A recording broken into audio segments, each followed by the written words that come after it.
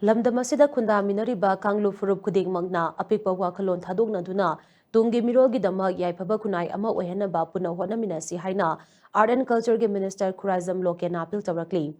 Wafamasi kuntra mari suba All Manipur Shooting Competition lisingani kuntaruk hogdokpagi thauramda mahakna fongdokhibani. National Rifle Association of India gi meeting makada Manipur Rifle Association MRA na sinduna Association asigi tauthong lamsangda leiba shooting range da pangthokiba thawramaduga mari leinana Minister Khuraijam Loken hai shooting competition asi hogdokpagi thawramda saru yaba phangba asi apenba poi mahak masamak volleyball ge national player oina hawrakpani.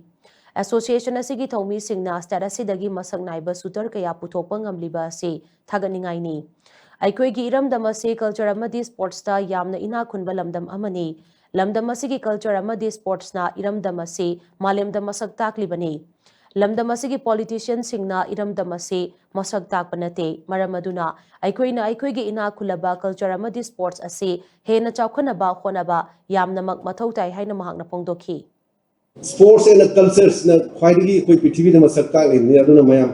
akoina masak tak na te na ko su handana khanbi gano dum masna mayam sanaroi singje koi phajana yokhapi ma mathau tai akoi culture akoi nat se akoi jati laitari culture laitari jati laiba aduna akoi laiba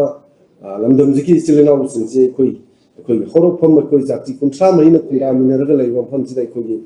apik wa khal honda phone ne ba thobok kaya amana akoi lamdam sida every khuding makta loina maning halanba masi akoi yari gi masi matang thokpi da akoi laiba chilena khuding mak togi jati khuding mak kai na masi function asigi kudong sa wala aina apil tawjari mayam koi lamdam sida koi taring mi oi bisi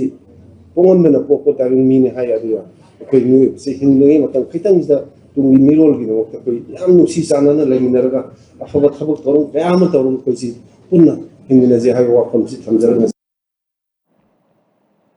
Ngasidagi hauraga thasigi kunmathoi fawba chathagadaba competition aduga mari lainana Manipur Rifle Association gi president soiriba Hairok SG MLA Thokjom Radi Syamna hai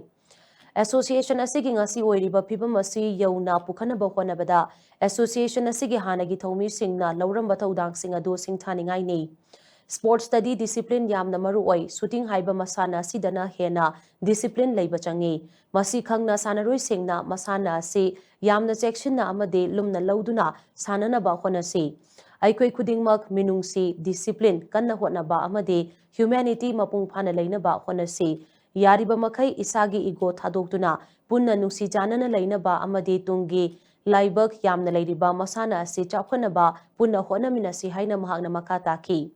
Ngasigi Tauramaduda Art and Culture ge Minister Khuraijam Loken, Wangkai SG MLA Thangjam Arun Kumar Amadi, MRA gi President Soiriba, Hairok SG MLA Thokjom Radhesyamna, Mathang Sena Chief Guest of Honor Amadi President Wena Saryaki. Panbigi Abadi Ngasidagi Hauraga Tha Sigi Kun Fawba Chathagadaba competition Nasida, Tongan ba event Humputara Tarukta, Punna Sanaroi Chanigatara Marina Saryari, Sanaroi Chanitara Mari Asiki Manungda, Nupi Sutar Kuntratare Yauri. La Kurusu Purukti Sakusu Puroi, Sirap Hamamisi, Maharaja Raja Kayama, Power, Maming Leraba, Hanoi, Pow Kayama, Karim, the Pudanadum, Lower Lorisa Kibangatani Aduna, Akoi Ego Yauraba,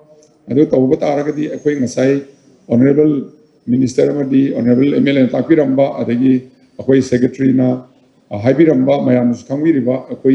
Akoi goal, Akoi target the focus Tauraga, mid my loin. Uishilaga adu yogdaba yade hena akoi afaba shooter puthokpa Manipur bo sports ki powerhouse ne hai wese akoi gi strength leiba special area game oina sport akoi gi shooting se develop tawna bi damta tangai phadana akoi coaching parents sing angang sing pugireiba aduga akoi association gi se leibir mayam ai isa de hora akoi mayam na discipline si phajana guide to with discipline